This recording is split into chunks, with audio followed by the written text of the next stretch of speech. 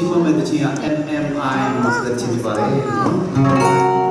MMI ဆိုတာကကျွန်တော်တို့သာသနာကြီးဖြစ်ပါတယ်ဖျက်ပြီးဝိညာဉ်တော်အပြည့်တိဆောက်ထားတဲ့သာသနာကြီးပါရင်ဖြစ်တယ်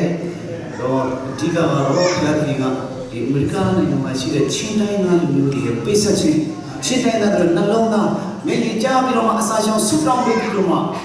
ကျွန်တော်တို့မြန်မာနိုင်ငံကဘုရားဆောင်ရတဲ့ဇုံတွဲပြီးတော့မှလှုပ်ဆောင်ရဖြစ်ပါတယ်လို့နိုင်ငံမှာMMI သာသနာအချင်းမြို့ကြီးတွေနှောက်ရတော့တိုးပွားလာပါပြီဒါကြောင့်ကျွန်တော်တို့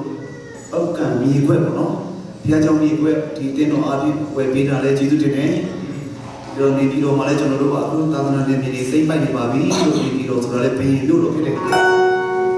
ပြီးတော့ချင်းတိုင်းသားလူမျိုးဒီနေ့လေးကုန်နေပါဒီနေ့ဟာဒီမှာနိုင်ငံမှာဒုတိယသမ္မတဟာလည်းချင်းတိုင်းသားလူမျိုးဖြစ်တယ်အကြောင်းMMI သာသနာကြီးအားဖြင့်ချင်းတိုင်းသားလူမျိုးပြည့်စုံခြင်းအပြင်မြန်မာပြည်ကြီးကြောင်းလဲမှာဖြစ်တယ်အာမင်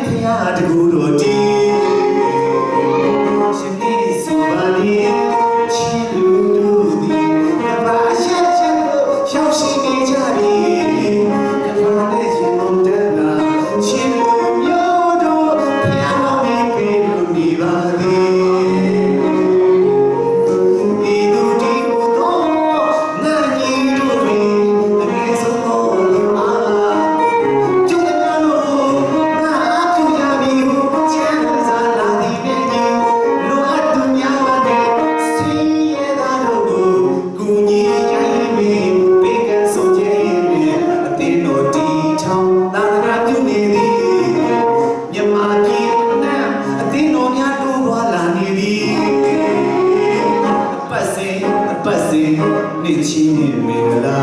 ခံယူနေကြပြီအာမင်မြန်မာပြည်ကြီးပြောင်းလဲရပြီမြန်မာပြည်ကြီးပြောင်းလဲရပြီမြန်မာပြည်ကြီးတိုးဝါရပြီထွန်းတော်ရှင်မဟာနာမရဲ့အတည်ပြုသည်ချင်းလူမျိုးကနေလက်တွေပါဝင်လို့ဆောင်ဒီအာမင်အာမ